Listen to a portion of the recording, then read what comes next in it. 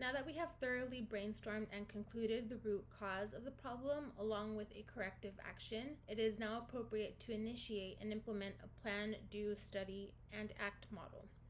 The 4 steps in applying the PDSA model with our practice begins with the planning phase. During the planning phase, we develop the initiative.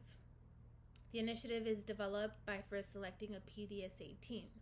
Most ideas for improvement come from the people doing the work. In this case, I would include all nurses on the unit and the student and new graduate nurse interns. The PDSA team would help answer questions to formulate the plan. For example, the objective for this plan would be to reduce near misses and medication errors in the form of wasting by properly labeling IV push medications. The following question in the planning phase asks what the plan is to test for the change.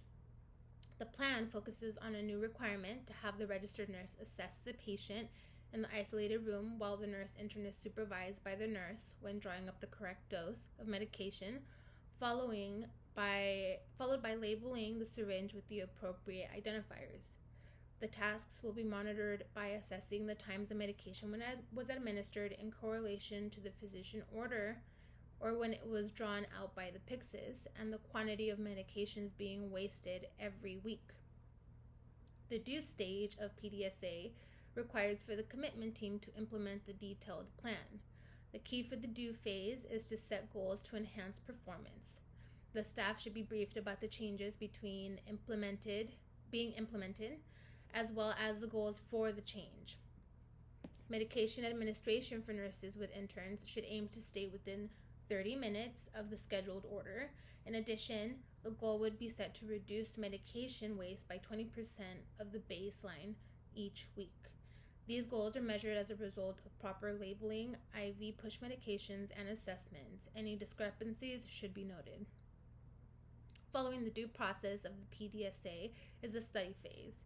In this phase, the data is presented and analyzed using a run chart.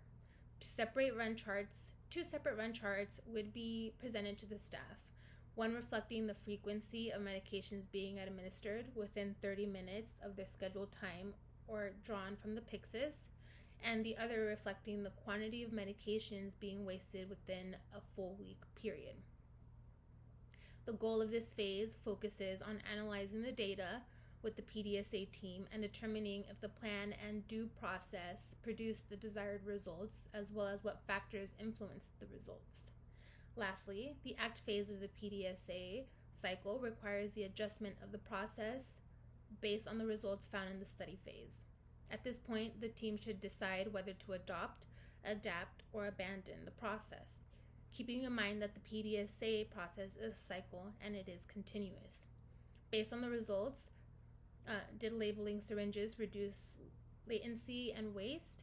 Are the results a direct representation of labeling syringes? For the next test, would it benefit the study to propose a plan to study the direct effects of labeling syringes and the goals that were set?